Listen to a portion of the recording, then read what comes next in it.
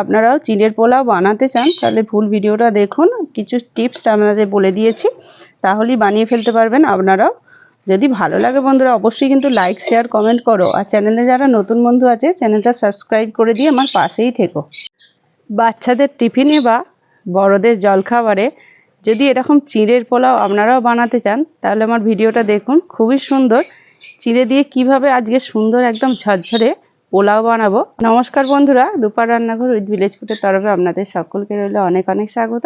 বন্ধুরা এখন যে যেখান থেকে ভিডিওটা দেখছো তাদের সকলকে রইল আমার অনেক ভালোবাসা, বড়দের রইল আমার অনেক অনেক প্রণাম। বাজারে বন্ধুরা দু রকমের চিড়ে পাওয়া যায়, একটা কিন্তু পাতা পাতা চিড়ে যেটা জলে দিলে সঙ্গে সঙ্গে গলে যায়, আর একটা এরকম শক্ত শক্ত চিড়ে। এই শক্ত চিড়েটাই আপনাদের দিতে হবে, পাতা চিড়েটা নয়। প্রথমে আমি চিড়েটাকে ভালোভাবে ধুয়ে নেব। চিড়েটা কিন্তু খুব সুন্দর, জলে দেওয়ার পরও দেখতে পাচ্ছেন একটা একটা আছে, তবেই কিন্তু চিড়েটা ঝরঝরে হবে। চিড়েটা আমি এরকম একটা ফুটো ফুটো ঝাঁঝির মধ্যে রেখে দিয়েছি যাতে জলটা বেরিয়ে যায়। এর মধ্যে দিয়ে দিচ্ছি স্বাদ মতো অল্প পরিমাণে একটু লবণ, সুন্দর কালারের জন্য দিচ্ছি একটু হলুদ গুঁড়ো আর একটু চিনি। সমস্ত উপকরণ দিয়ে ভালো করে একটু মিশিয়ে নিচ্ছি।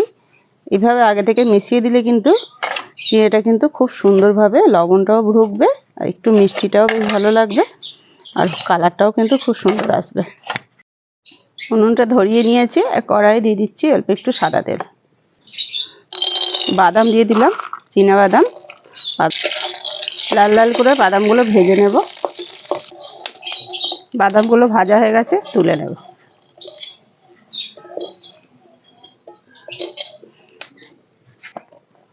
তেলের মধ্যে দিয়ে দিচ্ছি আলু আর একটু গাজর, অল্প একটু লবণও দিয়ে দিলাম।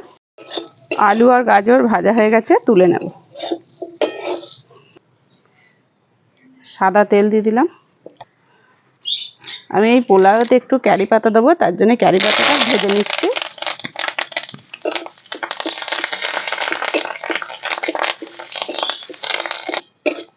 এই ক্যারি পাতার কিন্তু সেন্টটা খুব সুন্দর, এর জন্য ক্যারি পাতাটা আমি একটু দিচ্ছি। আপনারা চাইলে কিন্তু এটা নাও দিতে পারেন। এই সাদা তেলের মধ্যে আমি 1 চামচ ঘিও দিয়ে দিলাম। কিশমিশ আর কাজু বাদামটা ভেজে নিলাম। কাজু বাদামের পরিমাণটা একটু কম হয়ে গেছে, বাড়িতে আর ছিল না, আপনারা একটু পরিমাণটা বাড়িয়ে দেবেন, খেতে কিন্তু ভালো লাগবে।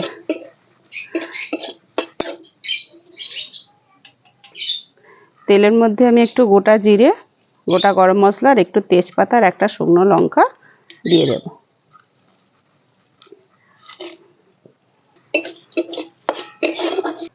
একটু লঙ্কা কুচিও দিয়ে দিলাম,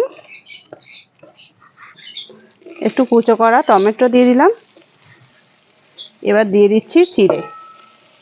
চিড়েগুলো দেখেই বুঝতে পারছেন এখনো কিন্তু কত ঝরঝরে আছে।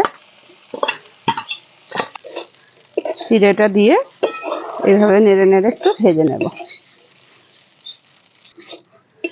চিনি আর আমি যেহেতু লবণ আগে থেকে দিয়েছিলাম, আপনারা এবার একটু দেখে নেবেন, যদি লাগে একটুখানি লবণ দিতে পারেন। আমার এখানে আর লবণ কিন্তু লাগছে না, আর দিচ্ছি না। এবার আমি ভেজে রাখা সব কিছু একসাথে দিয়ে দিলাম।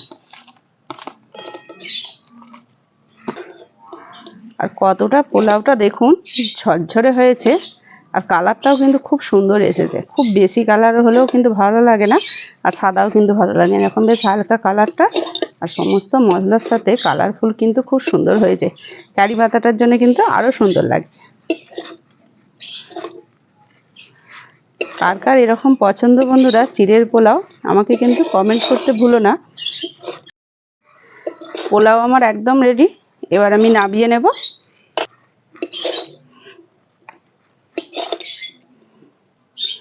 উপর থেকে একটু আমি দিয়ে দিচ্ছি ধনেপাতা কুচি।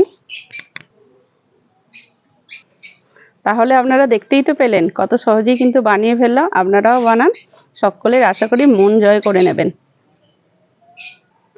তাহলে বন্ধুরা আজকের মতো এই পর্যন্তই, আবার অন্য কোনো দিন নতুন একটা ভিডিও নিয়ে হাজির হবো আপনাদের কাছে। ততক্ষণের জন্য টাটা, নমস্কার।